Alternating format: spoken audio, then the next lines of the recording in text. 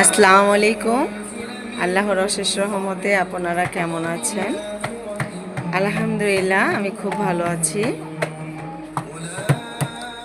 আশা করি আপনারা খুব ভালো আছেন আল্লাহর অশেষ রহমতে।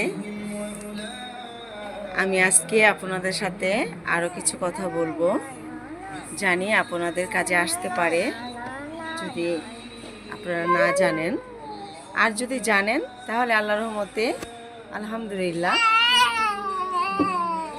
আজকে আমি বলবো, যখন আজান দিবে, আজানের সময় আপনারা কথা বলবেন না। যে যে কাজে থাকবেন, কাজ পারলে যদি সম্ভব হয় কাজটা বন্ধ রাখবেন এবং আপনারা চুপ থেকে আজান সাথে সাথে জবাব দিবেন।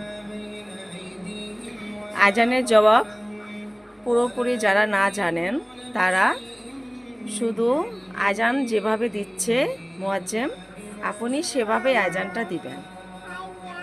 আস্তে আস্তে চুপ করে বসে বসে দিবেন। আর যদি জবাব জানেন জবাবটা দিবেন। আর যদি না জানেন, জানার ইচ্ছা থাকে আমাকে কমেন্টস করবেন, আমি কমেন্টসে জানিয়ে দেব। আশা করি আল্লাহর রহমতে আপনাদের উপকার হবে। আজানের জবাব না দিলে, আজানের সময় কথা বললে আল্লাহ পাক অনেক রাগান্বিত হয়ে যায়, অনেক রেগে যায়। এটাও করা উচিত না। আশা করি আপনাদের আজানকে সম্মান দেওয়া উচিত আল্লাহর রহমতে। আমার আম্মু জানে আজান দেওয়ার সময় চুপ করতে হয়, টিভি বন্ধ করে দিতে হয়, মোবাইলে কিছু দেখলে বন্ধ করে দিতে হয়। ও সাথে সাথে আমাদের বলে, মা মা আজান দিচ্ছে, বন্ধ করে দাও। আমরা বন্ধ করে দেই, ও বন্ধ করে দেয়। আম্মু, আজান দিলে কি করতে হয়?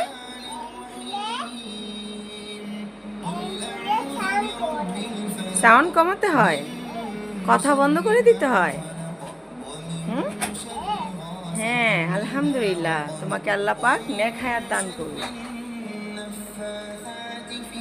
আম্মু, আজান সাথে সাথে বলতে হয় না?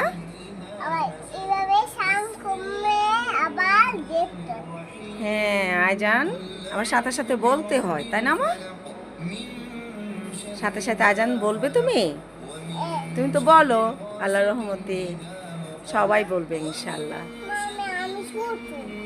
আমাদের ধর্মে, ইসলাম ধর্ম যাদের, তারাই আমার কথাগুলো ভালো লাগবে। যারা আমাদের ধর্মের না